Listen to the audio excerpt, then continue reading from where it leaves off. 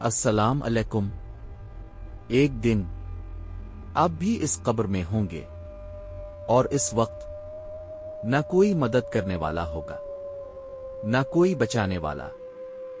جب آپ کو قبر میں رکھا جائے گا اور سب لوگ آپ کو چھوڑ کر واپس چلے جائیں گے، کیا آپ نے کبھی سوچا ہے اس وقت کیا ہوگا؟ آج ہم قرآن اور صحیح احادیث کی روشنی میں جانیں گے قبر کا اصل حال۔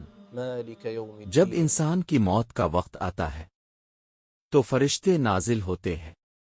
اگر بندہ مومن ہو تو اس کی روح نرمی کے ساتھ نکالی جاتی ہے اور فرشتے اسے عزت کے ساتھ لے جاتے ہیں، لیکن اگر بندہ گناہگار ہو تو اس کی روح سختی کے ساتھ نکالی جاتی ہے اور اسے تکلیف ہوتی ہے، پھر اسے قبر میں دفن کر دیا جاتا ہے۔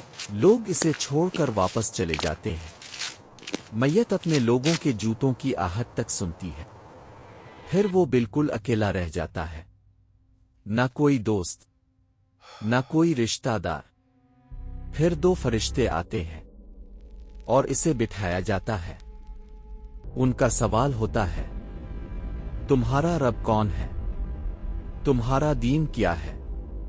اور تمہارے نبی کون ہے؟ اگر بندہ مومن ہو تو وہ پورے یقین کے ساتھ جواب دیتا ہے، میرا رب اللہ ہے، میرا دین اسلام ہے اور میرے نبی محمد ہیں۔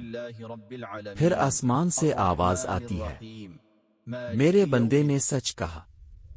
اس کے لیے جنت کا دروازہ کھول دیا جاتا ہے، اس کی قبر کو وسیع کر دیا جاتا ہے اور اسے ہر طرف سے سکون ملتا ہے۔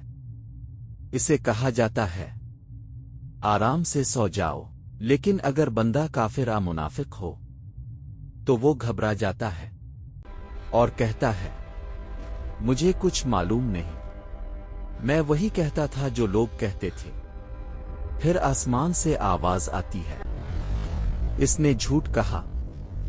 اس کے لیے دوزخ کا دروازہ کھول دیا جاتا ہے اور اس کی قبر تنگ کر دی جاتی ہے، یہاں تک کہ اس کی پسلیاں ایک دوسرے میں گھس جاتی ہیں اور اس پر عذاب شروع ہو جاتا ہے۔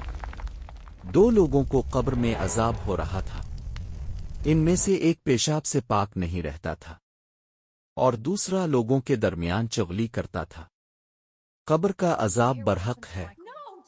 نماز، تقوی اور قرآن سے تعلق انسان کو بچاتے ہیں۔ سورہ ملک قبر کے عذاب سے بچاتی ہے۔ جب آپ کی قبر بند ہو جائے گی اور سب لوگ واپس چلے جائیں گے، تب صرف آپ ہوں گے اور آپ کے اعمال۔ نہ مال کام آئے گا، نہ دوست، نہ رشتہ دار۔ اگر آج بھی وقت ہے تو اپنی زندگی بدل لیں، ورنہ کل جواب دینا مشکل ہوگا۔ اللہ ہمیں قبر کے عذاب سے محفوظ رکھے اور ہمیں نیک اعمال کی توفیق عطا فرمائے۔ آمین۔